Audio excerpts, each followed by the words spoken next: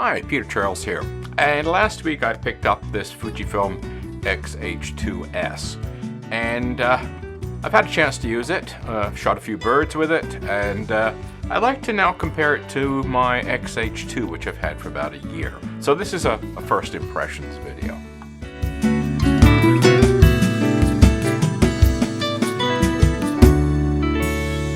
So when I first bought the X-H2, I had the option of buying the 2S. It was out. Obviously, it came first. But I didn't go that route. I went with this because I thought of it more of a general purpose camera that I might shoot a few birds with it, but generally speaking, most of the time, I would use it for general purpose photography. I'm looking at it because it had a 40 megapixel backside illuminated sensor, which doesn't have the fastest readout speeds, so the AF is not going to be as fast. But 40 megapixels gives me a lots of cropping room when you're taking photos of birds.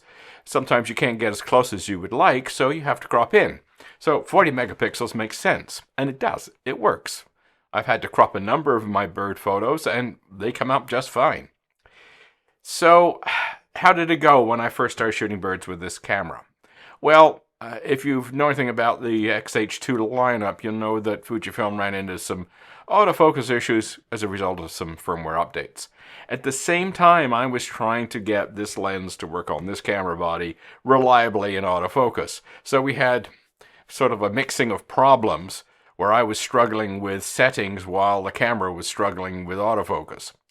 So it was a little bit, upside down for a while. But then the latest firmware came out that solved the autofocus problem.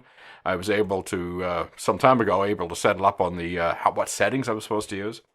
And so this started to perform quite well. But there was one area where it really did not do very well at all, and that's with a bird in flight. Now, if you had a bird that was flying in a constant way, maybe soaring, for example, a tern. I'll put a picture up of a tern that's nice and sharp, and I got a lot of good consistent results on terns when they were just simply soaring through the air. However, if it dove for fish, they were diving for fish, I could not get a sharp shot. As soon as the bird dove, what would happen, the autofocus would then lock onto the background. I also had a beautiful opportunity to get a fantastic picture of a great blue heron flying right across in front of me, and the camera couldn't lock on. It locked onto the background. So it was okay for perching birds. Sometimes I get a little bit confused, but generally speaking, it was quite good for perching birds, and it gave me the crop room. So I decided that if I wanted to be a little bit more adventuresome, both with birds and with wildlife in general, I was going to need the speed of the stack sensor, the 26.1 megapixel stack sensor in the S version. So I went out and got the S. Now, I've had it out twice for birds, three times for birds. And what I found shooting static subjects, a bird perching on a branch, very little difference between the two. The S might be a tad more decisive with the autofocus, but it's difficult to say it's substantially better.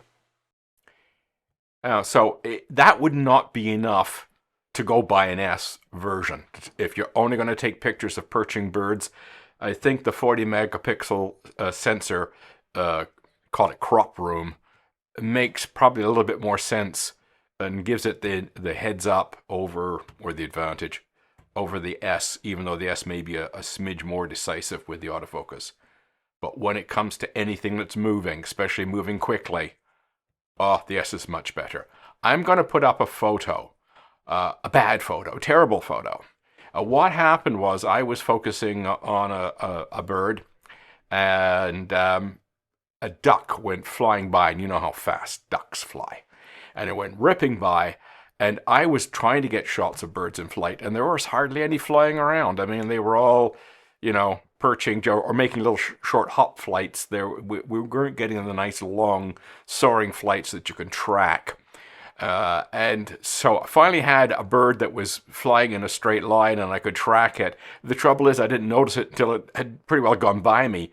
So I just grabbed this thing and quickly brought it up and took one shot, because that's all I got before the duck went behind the trees. And I'll put this up, and it's pin sharp.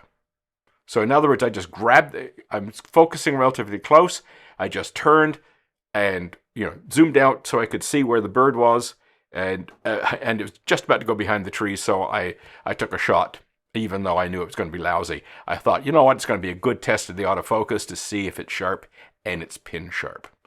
So it shows you that even in a bad case where the autofocus had very little time to grab hold of the bird, and that bird is far away, going fast, away from us, and about to go behind trees, it still got it sharp.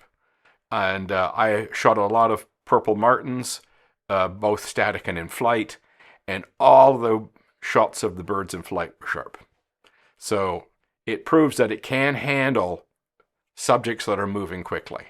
And the bird detect, there are times when I would track a bird, decide not to take the shot, and the bird detect box was locked on the bird the entire time. So even when I wasn't shooting and I was just tracking, the autofocus was locked on.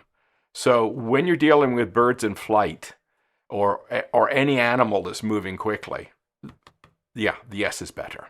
So it would be basically your choice. The bottom line, if it's mostly static subjects or subjects that are not moving all that quickly, the 40 megapixel is probably a better option because you've got the more crop room.